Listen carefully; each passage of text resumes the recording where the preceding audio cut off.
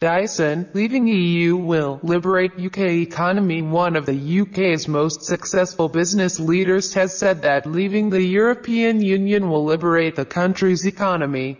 Sir James Dyson said that it would be suicidal for the EU to impose tariffs on UK goods as it imports £100 billion more in value from the EU than it exports. He also argued that it was vital Theresa May took the UK completely out of the single market, even if that meant an end to free trade and free movement of labour. They, the EU, are not going to block British imports, and if they did put an import duty on, the import duty is a comparatively insignificant amount compared with currency fluctuation. Sir James, who supported Britain leaving the EU, said, "The last thing they are going to do is impose an import duty. It is suicidal for them. I am not worried about that at all. We get on very well with Europe. We export to Europe and it is 16% of our, Dyson's, global market. Europe is 15% of general trade throughout the world, so we are quite nicely balanced. There are very exciting markets outside of Europe. The Far East is expanding at a phenomenal rate, totally out." Sir James said there should be no compromise on membership of the single market, and that the UK would do far better if it is no longer bound by any EU rules.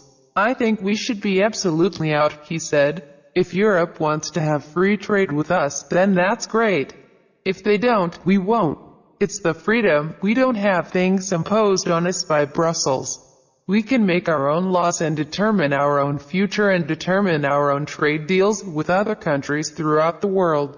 I'm thrilled. I think it is a liberation and a wonderful opportunity for all of us." Chinese engineers. I asked Sir James if he was concerned that, without free movement of labor, companies like his might struggle to hire the talent from abroad that they need. "Well, I remember a time before 1973 when we joined the European Union when I was working in France, so before we were in Europe we could go and work in Europe and Europeans could come and work here," he answered.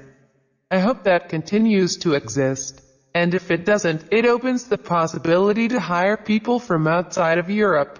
We can employ Chinese engineers, Singaporean engineers, American engineers, which we can't do at the moment." Expansion. Sir James was speaking as the most recent expansion of Dyson's research and design facility was opened near Malmesbury in Wiltshire. The £250 million technology campus is part of a push to create 3,000 new jobs at the site by 2020, more than doubling the present number. Sir James said he would like to expand faster, but that a lack of engineering skills in the UK was holding the company back. "We are now 2,500 people here on this site," he said. "We want to expand here. The problem is there aren't enough engineers.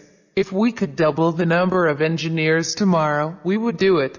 But we can't, so we have to grow slowly, much more slowly than we would like to."